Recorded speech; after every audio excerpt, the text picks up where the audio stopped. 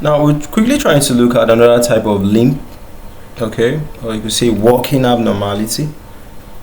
So this is what is known as a psoatic limp.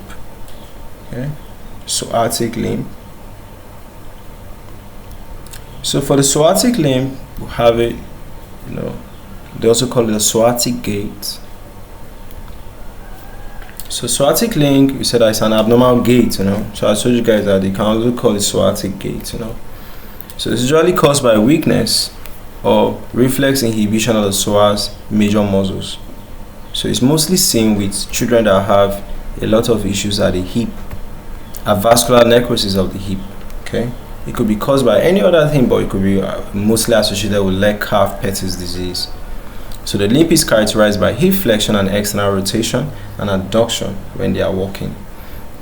So the child walks with the hip held in flexion and external rotation. Can you see the way the leg is out? It's pointing out.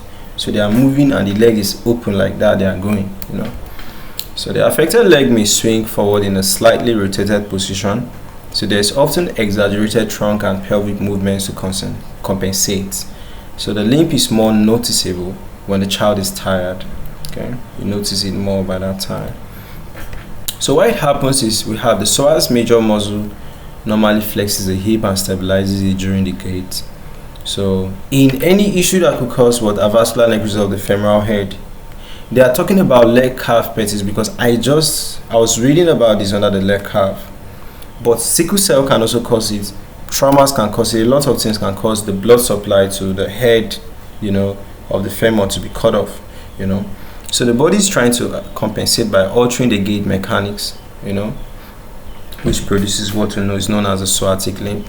So it's considered a classic sign of Pettis disease, but like I told you guys, any other thing that could also cause avascular necrosis of the femoral head in children, you are likely to see this, So early recognition and trying to find out what caused it is very important, okay, so as to tackle it.